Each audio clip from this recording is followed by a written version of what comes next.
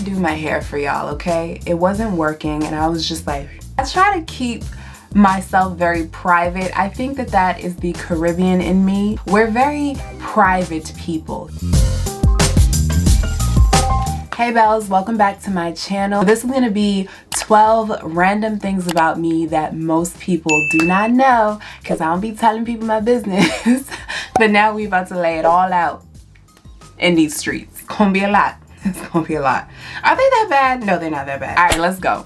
The first thing that most people don't know about me is that I was actually born in Haiti. I came to America when I was 1, but I like to claim the fact that I was born in Haiti anyways.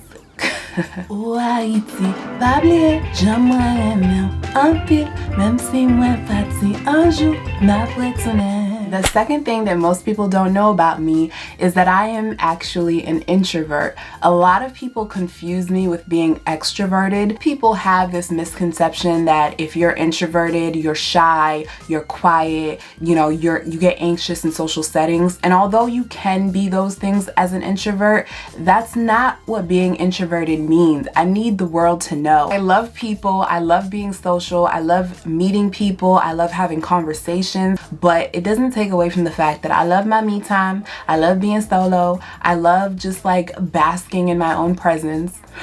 I actually just recently learned that there are 4 types of introverts: the social introvert, the thinking introvert, the anxious introvert, and then I can't remember what the other one was, but I fall somewhere between the social and the thinking introvert. I gain my energy in solitude and just with being with myself, and I don't gain that energy in social settings. It actually drains me. Y'all be making me tired.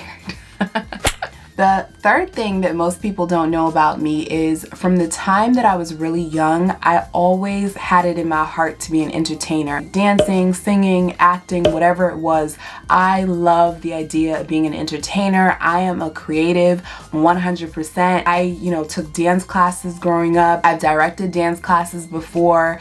I remember I was probably like 7 years old. Companies would send letters to people's homes and be like, hey, we're looking for models if anybody in the household is interested. I took it to my mom and she said yes, and we went to the appointment. We met with this woman and she gave us a tour of their studio. They actually wanted me. They were interested in me. This little black girl. Till this day I remember it was a Saturday morning. They had set the appointment for us to go in and sign the contracts, and I ran into my parents' room and I'm like, all right, let's go, I'm ready. And they were just like, no, you're not going. That was the end of my career. Also, in college, I actually took an acting class as an elective, and my professor told me I was a natural.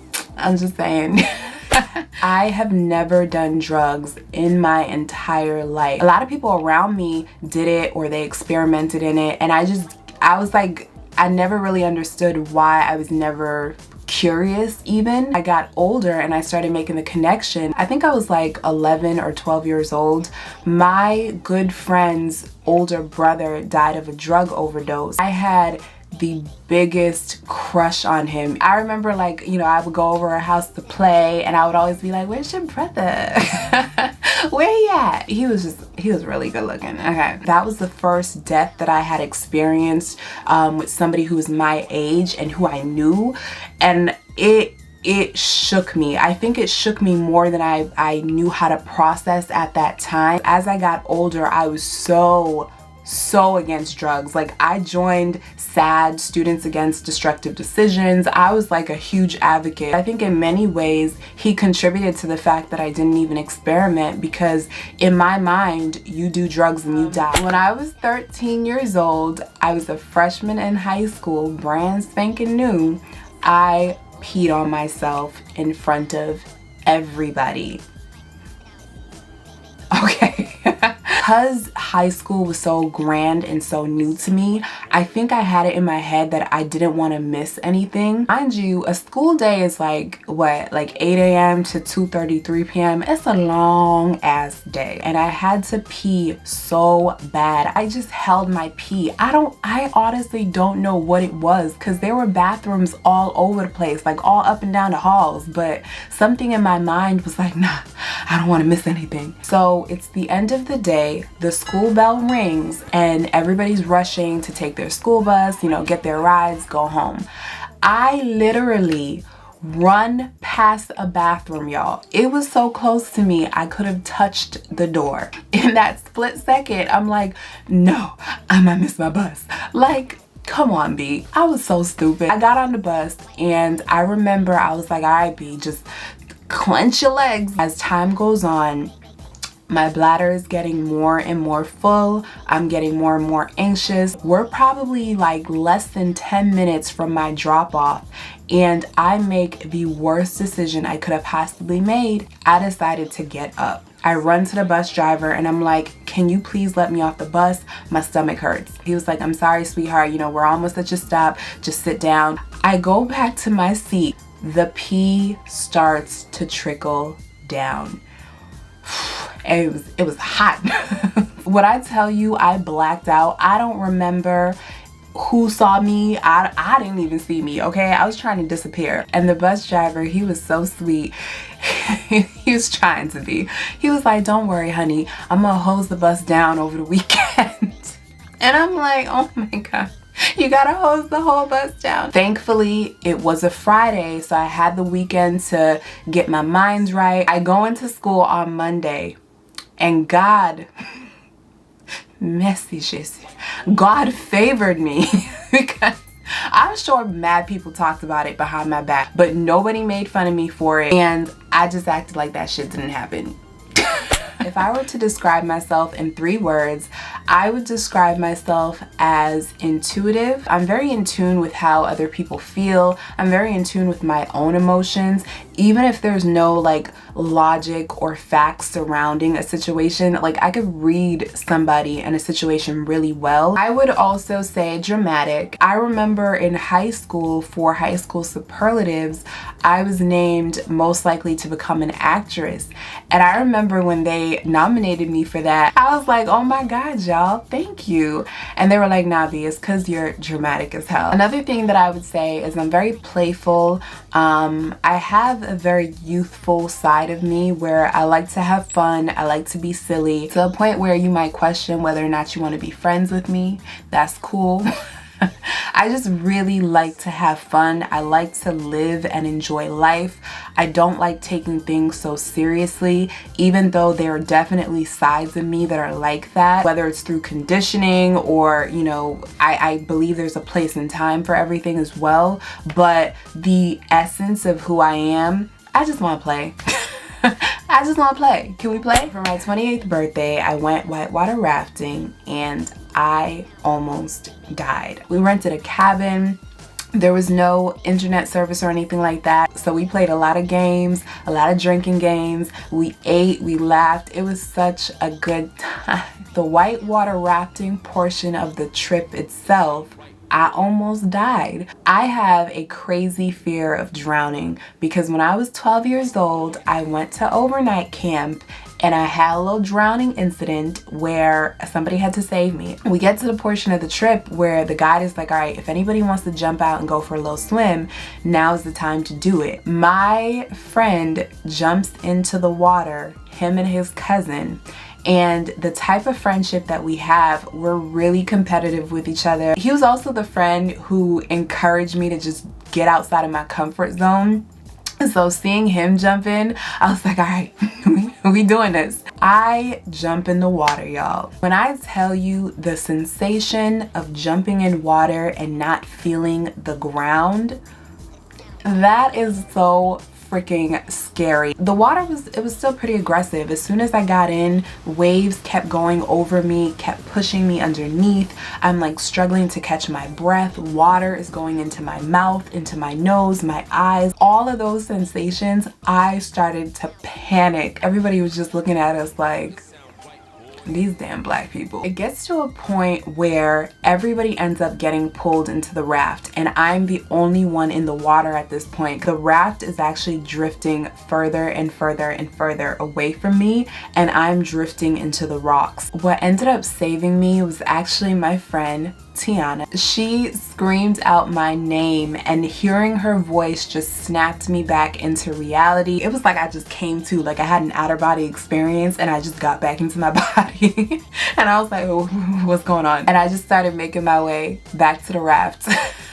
When I was in high school, I want to say I started the step team. I mean, if you were in high school with me, correct me if I'm wrong. I feel like I started that shit. Maybe I didn't. I can't remember. We went to Old Navy and we bought these really baggy navy blue sweatpants and these big ass white tees, and that was our uniform. And we would step for the boys' basketball games. There was one game where our team was ahead by like a crazy amount of points, and during that game we just made up a random step and we started stepping like 44, 22, 44, and we would just start stepping to that. It was a lot of fun. I had so much fun in high school. I remember one time the cheerleaders randomly incorporated a step into their routine during a game that we weren't performing at, but we were present at, and we were just looking at them like, okay, why'd y'all do that? The next thing that most people don't know about me, I actually think nobody knows this about me outside of my mom. I've actually had plastic surgery before. Now, it's not what you think, okay? It just sounds like a very silly thing to have plastic surgery on, but when I was 18 years old, I had plastic surgery on my belly button. My belly button was an Audi. It wasn't like your cute little button Audi, like what's her name? Chili off of TLC. I remember I used to like be jealous about her Audi, okay? That's how bad my Audi was.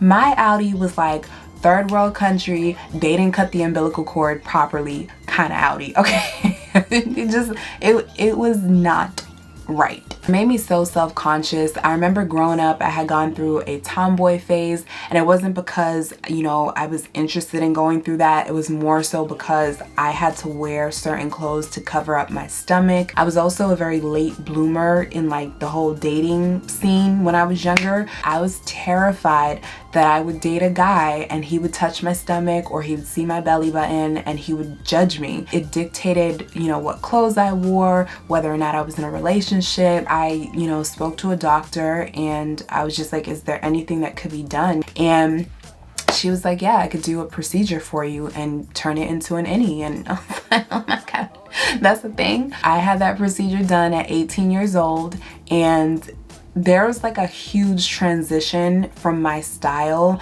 from when I was in high school and college, and it had nothing to do with college and everything to do with that procedure. The world opened up. I started dating and taking more risks with my wardrobe. Like, it was so freeing. There are some insecurities that are so debilitating. You really stop yourself from living your life fully because you're so consumed with that insecurity. So I get it. I get why people have cosmetic procedures done. I would still say, you know, be mindful of why you're doing it, who you're doing it for, and making sure that it's for you and nobody else first and foremost.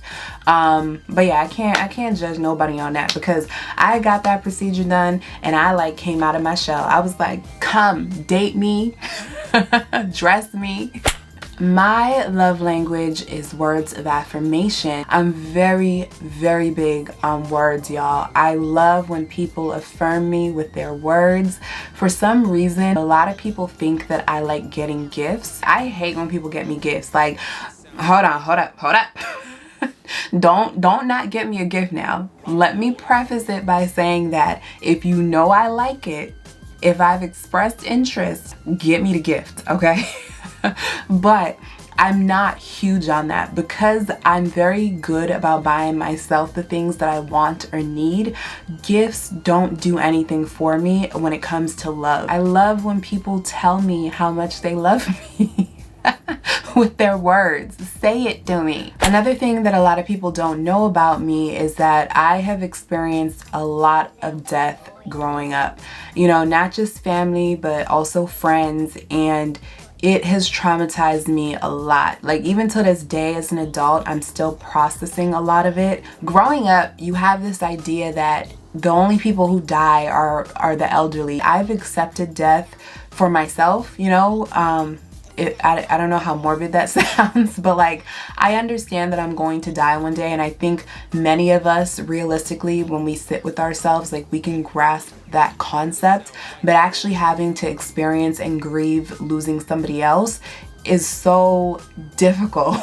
It's so difficult for me. The last thing a lot of people do not know about me is that I am addicted to crime shows in a way that I feel like is not healthy for my spirit. Forensic Files, Deadly Women, Fatal Attraction, murder mysteries. I can go on forever. I love watching crime shows, and I'm like, this cannot be healthy for me, okay? It doesn't even have to be like those types of shows. It could be like the documentaries or the reality ones like 60 Days In, or Netflix has a whole bunch of series about people in jail, like pregnant in jail overseas. And I'm like, yes, I love it all. So that's it, you guys. Those are 12 things about me that a lot of people don't know. I hope this video has helped you to get to know me a little bit more. Hopefully you laughed with me a little bit. If there's anything you want to share in the comment section that maybe you just want to get off your chest about yourself that people don't know, this is a safe space, y'all, okay? If you in a tribe, this is a safe space. If you not in this tribe and you getting on somebody part of my tribe, you will be blocked and deleted, okay? I'm curious, let me know if there was something in this video that made you just be like, oh my god. If there's anything in this video that made you judge me, let me know, okay? But yeah, you guys, hopefully you get to know me a little bit more. And if you feel like you are part of this tribe and you haven't already done so, please subscribe. Until then, I will see you in the next video. Bye.